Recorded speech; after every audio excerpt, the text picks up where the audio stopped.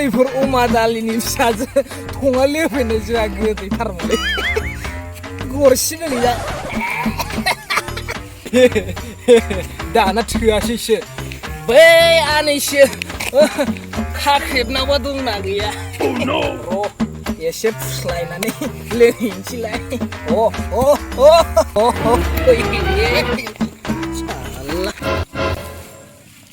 बे फाग्लाया अबाव फेना फैलायखोब्रा बिला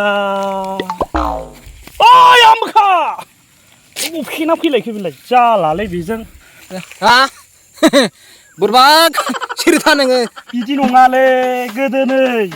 नोंनि बेवाइजों जौ लोंनाय समाव आखाइ दानस'जानाय आखायानो गैया नों हिनजावखौ मोननाय नंला माथो बिदि लोंबाय थायोबा इसोर बुरबाक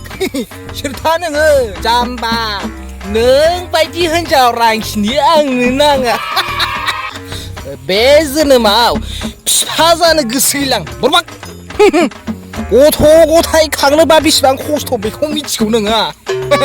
बुरबाक मागोन आखाइ दानस'जायाखै नोङो नैबे नोंदाखौ फिनायदों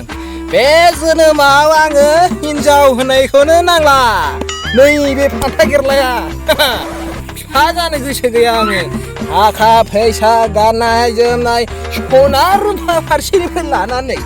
गथ' गथायनि खि सुनाय नाङा आंनो बुरबाक गाबागाव थां नोङो